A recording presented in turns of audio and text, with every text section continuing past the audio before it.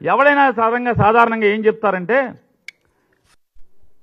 ఒకడు ఒక చోట నుంచి ఒక అధికారి ట్రాన్స్ఫర్ అయ్యాడు, లేదే మనం ఒక ఊరు నుంచి ఒక ఊరికి మారాం, ఒక పేట నుంచి ఒక ఊరికి మారాం, అద్దెంట్లోకి మారాం. ఏం చెప్తారు? ఏమండి కావాలంటే పలానా బజార్లో మేము ఉండొచ్చామండి, ఆయన ఒకసారి అక్కడ ఆ బజార్లో ఒకసారి నా గురించి ఎంక్వైరీ చేయండి అని చెప్తాం ఎవరైనా. ఒక్కసారి తెనాలిలో, లేదా ఒక్కసారి నరసరావుపేటలో, ఒక్కసారి గుంటూరులో, రేపు బందర్లో ఎంక్వైరీ చేసుకుంటే తెలుస్తుంది ఎవరెవరేంటనేది. ఇవాళ పవన్ కళ్యాణ్ గారికి ఒకటే చెప్తున్నాం, అన్నని అవమానపరిచిన,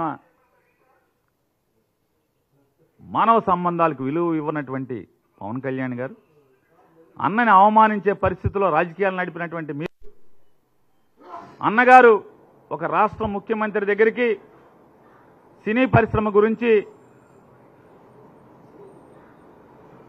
చర్చలు జరపడానికి వచ్చినప్పుడు వచ్చిన మనిషి గురించి మీ ఫ్యాన్స్ అందరూ కూడా దుర్భాషలాడితే ఏం మాట్లాడారు? మీరు మాట్లాడే భాష ఏంటి? ఇవాళ మీరు చెప్పే సూక్తులేంటి? ఇవాళ తల్లిని తిట్టినటువంటి, తల్లిని దూషించినటువంటి పార్టీ పల్లకి మోస్తున్నటువంటి మీరు, అలాగే అన్నని దూషించేటువంటి, శత్రువులతో చేతులు కలిపి అన్నని దూషిస్తున్నటువంటి షర్మిల గారు, మీ ఇద్దరూ కలిసి ఇవాళ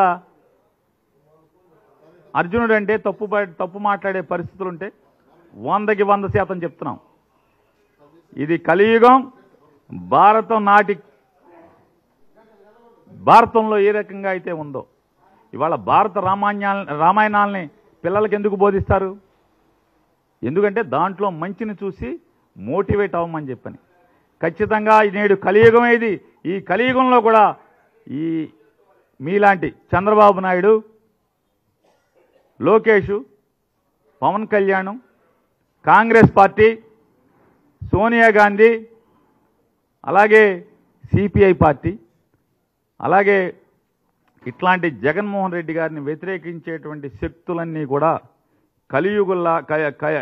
కౌరవుల్లాగా, ఇవాళ కలియుగ కౌరవుల్లాగా జగన్మోహన్ రెడ్డి గారి మీద దాడి చేస్తుండే.